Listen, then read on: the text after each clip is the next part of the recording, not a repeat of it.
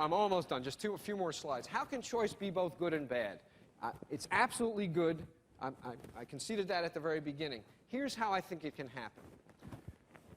Our experience with good things is what economists call diminishing marginal utility. So if you look at the curve that starts low and goes up, on the x-axis is the number of choices we have. On the y-axis is our subjective state. And so living with no choice all the way at the left of that graph is infinitely bad. You can't be a human being if you live in a world in which you have no opportunity to determine your destiny. As the number of choices we have in life increases, our well-being also increases. But you can see that the marginal benefits of additional choices eventually become negligible. They go almost to zero.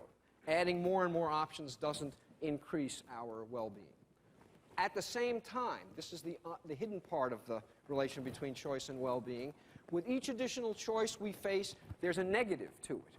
Uncertainty, regret, raised expectations, all the things I've just talked about, that's the curve that is going down as you move from left to right. And the thing about that curve is that it escalates. The more choice you have, the bigger the negative effect. And so the net result on us of the amount of choice we have is simply the sum of those two curves. And that's what it looks like.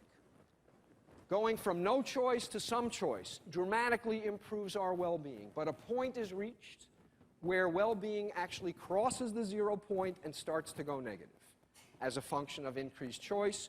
And we, as modern affluent Americans, have long since passed that point. So, you can be anything you want to be, no limits. You're supposed to laugh at this and say, how stupid is that parent fish telling its little baby fish in this little tiny fish bowl that there are no limits. You know, we're supposed to be sophisticated and wise and laugh at people who have pinched and parochial views of the world. And that was the way I reacted to the cartoon at first. And then I started to think, well, whatever the cartoonist might have intended, in fact, parent fish is right.